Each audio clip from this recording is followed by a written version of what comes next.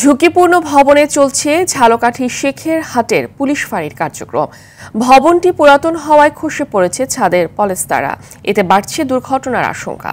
ঝালকাঠির গণপূর্ত বিভাগ বলছে বরাদ্দ পেলেই শুরু হবে সংস্কার কাজ। ঝালকাঠি প্রতিনিধি জহিরুল ইসলাম জলিলের পাঠানো তথ্যচিত্রে বিস্তারিত ইফতেশামুল গনির রিপোর্টে। ঝালকাঠির সদর উপজেলার শেখেরহাট পুলিশ ফাঁড়িটি এখন কার্যত এক ঝুঁকির নাম।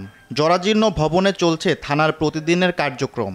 দেয়ালে ফাটল আর ভেঙে পড়া আতঙ্ক নিয়েই দায়িত্ব পালন করছে পুলিশ সদস্যরা। স্থানীয়দের অভিযোগ, বহুবার অবহিত করার পরও কর্তৃপক্ষের পক্ষ থেকে নেওয়া হয়নি কার্যকর পদক্ষেপ। পুলিশ সদস্যদের পাশাপাশি আতঙ্কে থাকে সাধারণ মানুষও।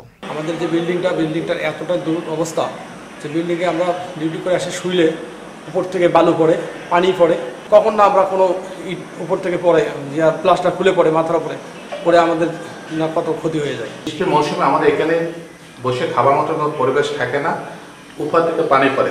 যারা আমাদের নিরাপত্তা দেবে তাদেরই জীবনে নিরাপত্তা নেই, তাই আমরা এই ভবনটা দ্রুত মেরামতের জোর দাবি জানাচ্ছি। ভবনটি পরিত্যক্ত ঘোষণা করে নতুন ভবন নির্মাণের জন্য ঊর্ধ্বতন দপ্তরে আবেদনের কথা জানিয়েছেন ফাঁড়ির ইনচার্জ। এখানে বসা বন্ধ করেছে, যে কোনো সময় দুর্ঘটনা করতে পারে। ব্যারাকের পরিস্থিতি ভালো না, ব্যারাকের সামিনা টানানো, কিচেনে সামিনা টানানো, উপরে ময়লাগুলো পড়ে, তাদের রান্না বাড়া করতে সমস্যা, ডাইনিংয়ে খাওয়া দাওয়ার সমস্যা। চিঠি আছে গণপূর্তের কাছে বিল্ডিংয়ের সংস্কারের জন্য, কিন্তু তার কোনো তথ্য দিয়ে আমরা তথ্য জানতে পারিনি যে কী অবস্থায় আছে। সংস্কার প্রস্তাব অনুমোদন পেলে শিগগিরই কাজ শুরু হবে বলে জানালেন গণপূর্ত বিভাগের এ কর্মকর্তা। পুলিশ বিভাগ ঝালকাঠি থেকে মেরামতের চাহিদা পেলে প্রাক্কলন প্রস্তুত করা হবে, তারপর উক্ত প্রাক্কলন পুলিশ হেডকোয়ার্টারে প্রেরণ করা হবে। পুলিশ হেডকোয়ার্টার থেকে প্রশাসনিক অনুমোদন ও অর্থ বরাদ্দ পেলে দ্রুত দরপত্র আহ্বান করা হবে। ইফতেশামুল গনি, RTV।